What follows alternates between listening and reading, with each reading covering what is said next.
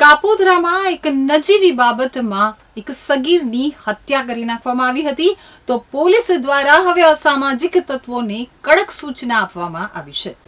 મળતી માહિતી પ્રમાણે સુરતના કાપોદ્રા વિસ્તારમાં આવેલા કૃષ્ણાનગરમાં 17 વર્ષીય પરેશ અરવિંદભાઈ વાઘેલા પરિવાર સાથે રહેતો હતો.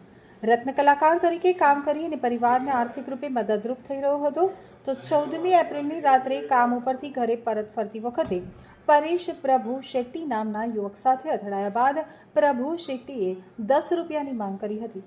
જો કે પરેશ પાસે રૂપિયા ન હોવાથી તેણે ઇનકાર કરતા પ્રભુએ પરેશને ચપ્પુના ઘા મારી મોતને ઘાટ ઉતાર્યો હતો. ત્યારબાદ આગળ જઈ અને એક રિક્ષા ચાલકને પણ ચપ્પુના 2 ઘા માર્યા હતા. આ ઘટના બાદ સમગ્ર પંથકમાં તંગદિલીનો માહોલ સર્જાઈ ગયો હતો. પરિવાર સહિત સમાજના લોકો દ્વારા સમગ્ર વિસ્તારમાં અસામાજિક તત્વોનો આતંક હોવાના આક્ષેપો કરવામાં આવ્યા હતા.